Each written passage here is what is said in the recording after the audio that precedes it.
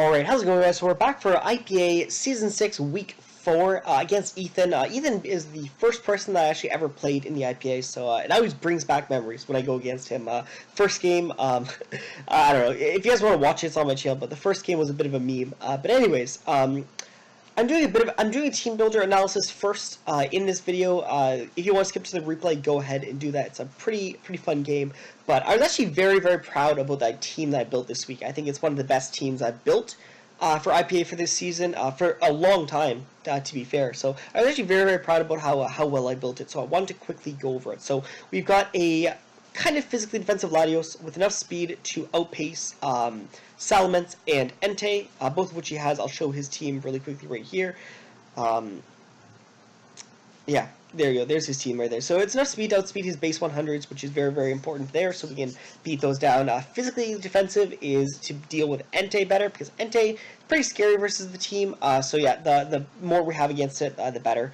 We also have the heal belt in the back in case we get burnt, but with the burn nerf, we can actually we're actually okay with being burned this game, in all honesty, especially considering that this is the Suicune answer as well, so we can just assume that Latios is going to be burned this game. We're Calm Mind, Sub-Calm Mind, Psyshock, specifically to deal with the Suicune. I could not fit Rotomote onto the squad I wanted to.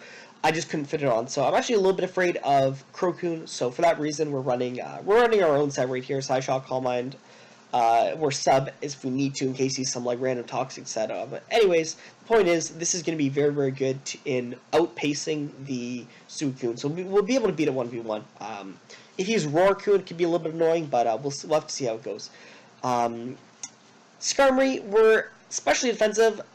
Physically defensive would have been nice for Scolipede, for Excadrill, but the physical defense that we have is enough anyways. But we need the special defense for the Alakazam, because the Alakazam is a little bit of a threat, so we do want that. I settled with Drill Peck over Counter.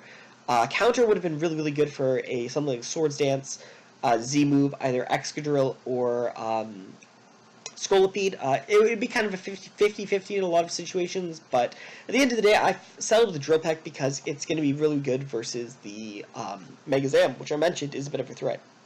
Rocks are going to stay up this game because his removal is it's Excadrill, and we rocks up on Excadrill forever, so hazards are going to be up this game on his side, guaranteed. That's going to be really good because he's got like 4 weaknesses on his team. He's got Ninetales, Salamence, Entei, and Scolipede. Yeah, he's got 4 rock weaknesses. I'm only going to be bringing 1 rock weakness on my squad, so rock's going to be up on his side. They're probably going to be up on my side, and that's just facts. Those are not going to change. So with Whirlwind and with as weak to hazards as his team is, we're going to be phasing him around, and we're going to be hoping to bring those rock weaknesses as soon as we can, and get those off weakened as much as we can. It's also nice for getting things in range. Keldeo, I was originally bringing Scarf Keldeo, but Keldeo's speed tier is pretty decent versus his team anyways, and he really doesn't have switch-ins to specs, so like his water resists are, like his fighting and water resists are really they're iffy. Like his best switch-in is Suicune, which is a switch-in, but like we have Lottie that sets up on it forever.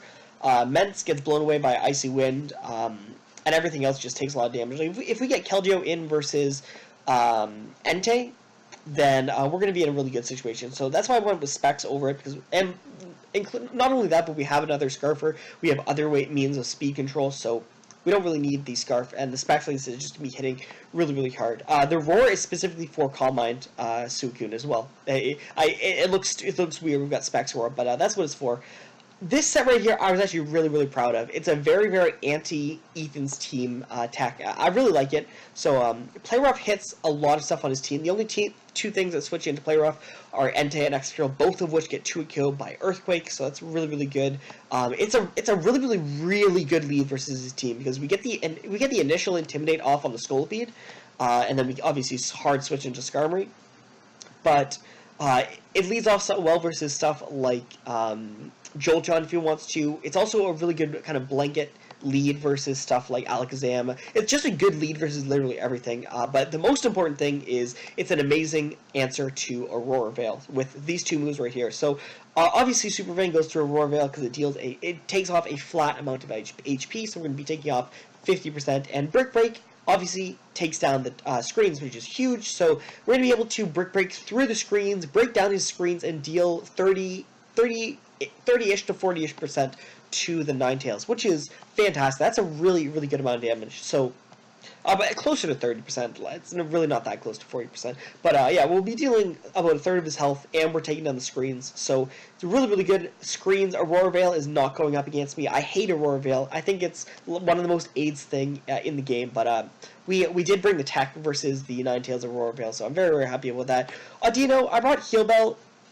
Heal Bell's kind of nice, what I wanted for Latios, but at the end of the day, it's going to be really, really hard to click Heal Bell versus his team, because Audino just invites in Scolipede. It invites in kind of a lot of things.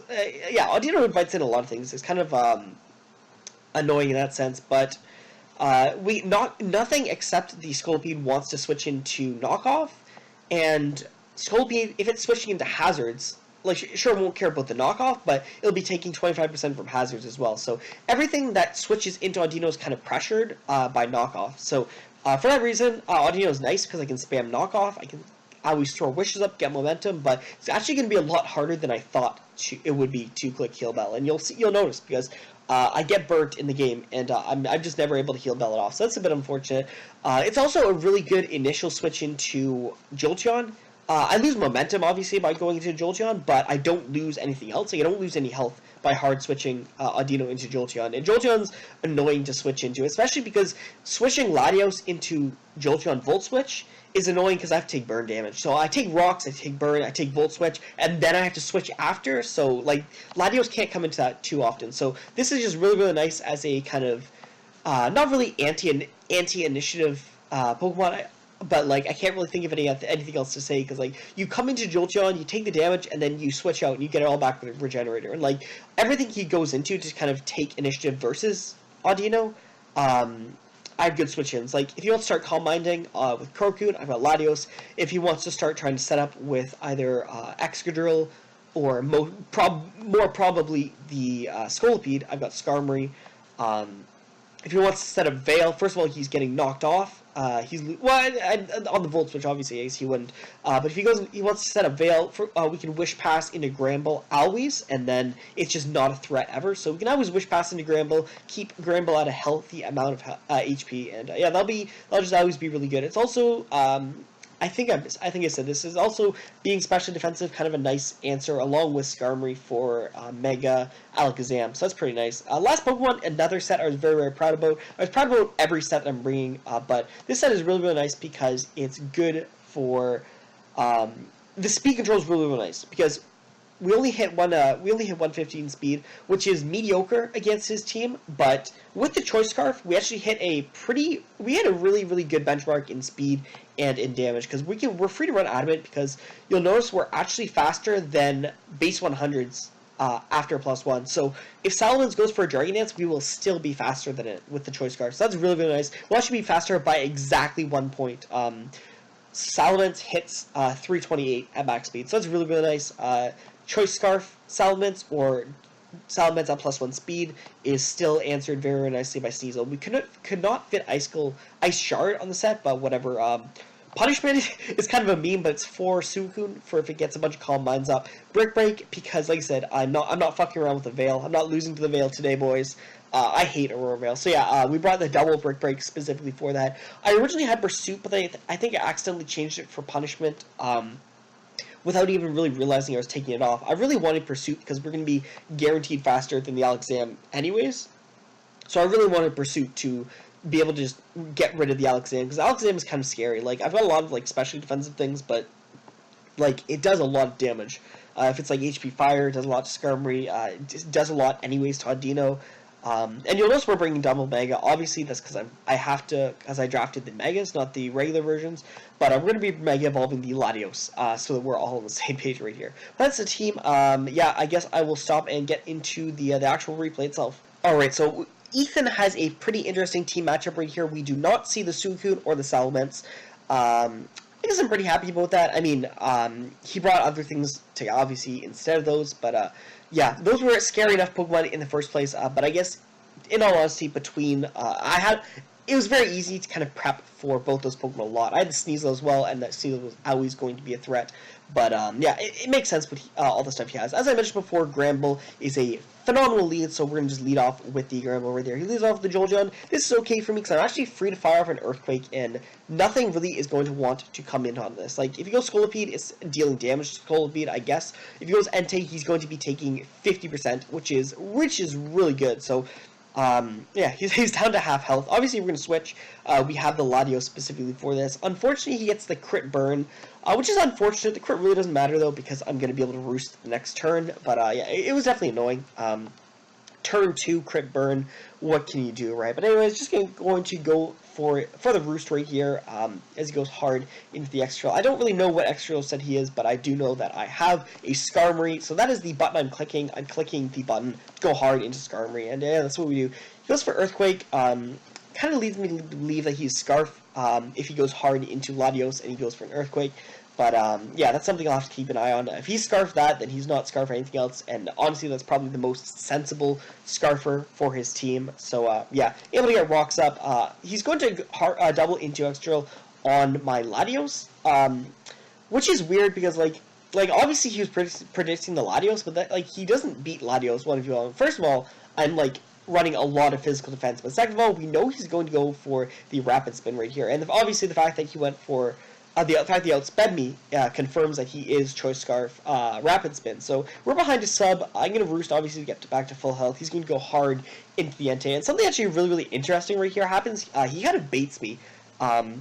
I was actually kind of impressed by this. I don't know if this was intentional, but I hope it was intentional because it was really smart. So he goes for the Extreme Speed as I go for the Calm Mind. Doesn't break my sub. He's going to go for the Extreme Speed the next turn. And look at the health I'm at right here, 88%, right? So remember that number. So Extreme Speed the next turn, break my sub. I can go for the Psyshock. Now, Extreme Speed and Sacred Fire are not going to break my sub, so I'm able to just sub up again right here. But this is when he reveals the Roar. So he actually got me really good, because if he went for the Roar the first time, it would have been at 88%, but now I'm at 58%, so that was actually really smart. He traded a bit of damage onto Entei for a lot of damage onto the Latios, so I can resonate with that play. I don't want to go hard into the Latios in case, I don't know, I don't want to take too much damage, and he could just Roar again anyway, so I went into Keldeo. We're able to take Sacred Fires into Extreme Speed, and we're free to fire off a Secret Sword. Nothing wants to come into on this. We are Specs. It's going to do a lot of... He's going to sub right here, but we can break that sub very easily, because we are Specs. This is going to do a lot of damage. He's actually going to switch right here instead of just finishing me off, which I guess is interesting, but he goes hard into Scolipede, and that's quad resist, and it still does 25%. That's quad resisted. That's actually hilarious how much that does. We're going hard into the Skarmory as he goes for the Poison Jab. I guess just not wanting to call the Skarmory double, which I guess makes sense, I guess, but, I mean, the Skarmory was coming in, and we're sick of this right now. We're getting Rocks up, and Rocks are staying up. Rocks are never leaving his side of the field, or they're never not going back up. As I mentioned with the Jolteon, I can always go into the Audino. He goes into the Excadrill, which really is going to lose him a lot of momentum anyways, because I can go right back into the Skarmory. Or, it's not going to lose him momentum, actually, excuse me. He was for Stealth Rock, so no, never mind. That was the play. He made the right play.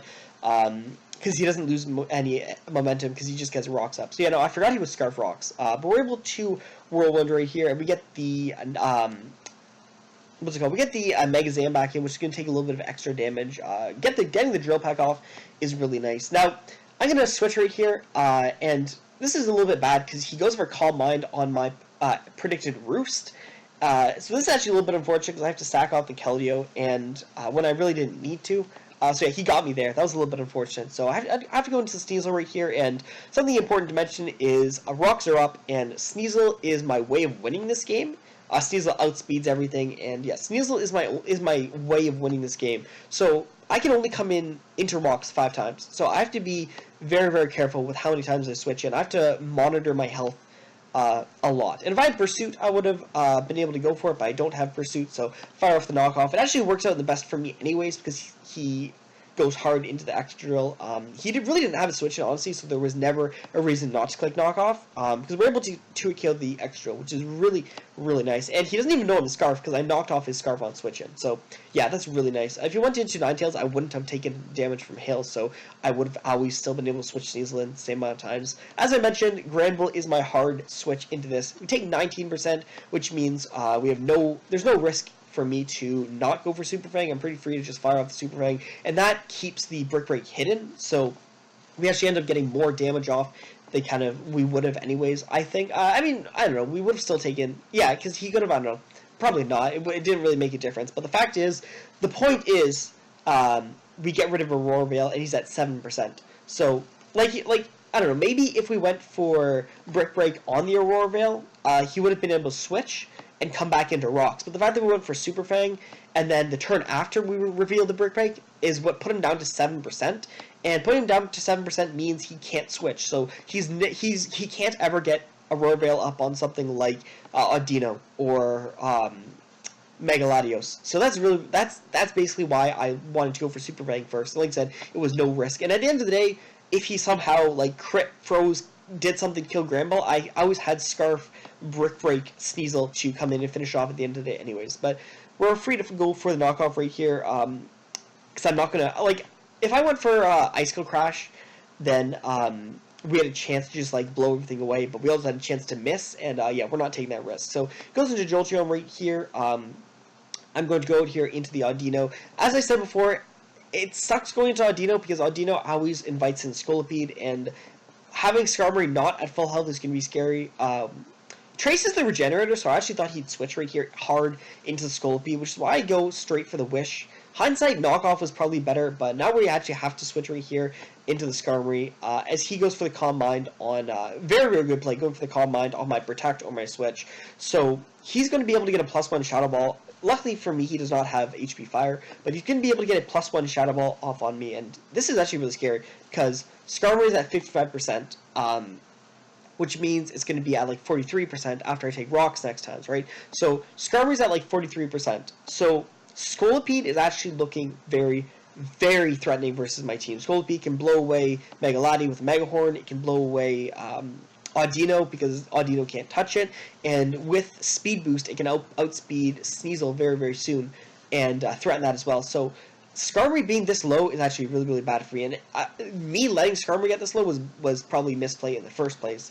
I shouldn't have fucked around with Audino. I shouldn't have thrown out the Wish. I probably should have just straight up attacked. But anyways, we're not going to be able to heal because all he's left is Jolteon. So we're going to be forced out, so we are going to be at 43% when we face a Scolipede, which means if Scolipede's at +2, we lose the game. We lose the game. Well, okay, not 42. Okay, I lied because we take leftovers. I forgot. I'm retarded, but still, if Scolipede gets to +2, everything I said is still relevant. So Latios is what I'm going to go into right here. Even if Latios walls Jolteon, it doesn't matter because having Latios in versus the Scolipede is going to be really, really good because I can Psyshock. He can't Swords Dance on me. That's basically the thing. I can't let him Swords Dance. He cannot get a Swords Dance. But the position I'm in right now is the position where there's a chance that he is going to be able to get the Swords Dance up because Knockoff does not kill Scolipede. Not even after Rocks. Knockoff just doesn't kill. So I have to go for Icicle Crash, and I have to hit 2 Icicle Crashes in a row. So this is actually pretty scary because if I miss one of the 2 Icicle Crashes, I lose the game. It's straight up over. So, yeah, like I said, we have to go for the Icicle Crash. It's going to be finished off the Jolteon. Very nice, we hit it. But this is the moment of truth. Scolipede comes in. He's going to Swords Dance on my dodge. If I dodge, I lose. Luckily enough, though, Sneasel is the fucking GOAT, and we end up not missing. So, able to pick up the win right there. Got a little bit got a little bit hectic there because I let Skarmory get lower than I should have let it get because, I mean, he's, Z Rock Slide, so yeah, it would have done a decent amount of damage. Yeah, if you got to +2, it would have easily killed. So, thankfully, we connect all our Icicle Crashes. Very, very happy with that. Very, very happy with the team that I built. As I mentioned, I thought I built the team very well. I made a few misplays, but overall, I think I did pretty well this game, and yeah, I was pretty happy with it. So, I guess I'll see you guys next week.